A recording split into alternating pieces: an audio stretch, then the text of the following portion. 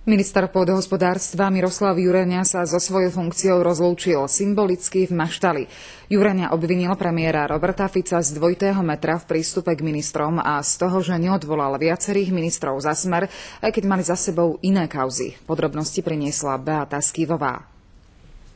Bývalý minister pôdohospodárstva Miroslav Jureňa sa rozlúčil so svojou funkciou a so všetkými na poľnohospodárskom družstve vo Vajnoroch, neďaleko Bratislavy, práve z tohto kravína, kde mal svoju tlačovú besedu. Povedal, že odchádza s odsťou a zároveň obvinil premiéra Roberta Fica, že má dvojitý meter na ministrov zo svojej strany a na ministrov napríklad z HZDS. Žiadam o prevedenie auditu všetkých reštitučných zmluv, ktoré vydal fond od roku 2003 do dnešného dňa, aby sa spravodlivo preukázalo, o aké miliardy prišla Slovenská republika. Za Slovenský pozemkový fond zodpovedá vláda Slovenskej republiky. Preto vyzývam Roberta Fica, aby konal a nepokračoval v tomto zlodejstve voči nám všetkým Slovákom. O intrigách a špine hovorím fakty na záver. Nech si každý dá ruku na srdce. Počúval som teraz v prezidentskom paláci a preto som sa rozhodol z tejto Maštale povedať pravdu slovenskej verejnosti.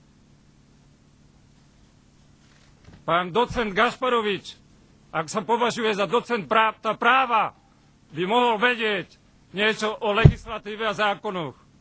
Kto ako konal, kedy? Ja sa pýtam, ak hovoríme o čestnosti a transparentnosti, tak sa pýtam, to teraz odchádzam z tejto vlády, ale pýtam sa, prečo pán premiér má iný meter na ministra ľudovej strany HZDS a prečo, ak hovoríme o transparentnosti a čistote, nemá ten meter voči ministrovi vnútra za nedoriešenú Hedvigu Malinovú? Prečo pán premiér nemá ten istý meter za ex-kolegyňu pani Tomanovú? Prečo pán premiér nemá ten istý meter vo vzťahu k ministrovi obrany za podozrenia firma Ikores, výstavba skladov za miliardu? Prečo nemá ten istý meter vo vzťahu k ministrovi obrany za ľudia zomierali v Novákoch za porušenia?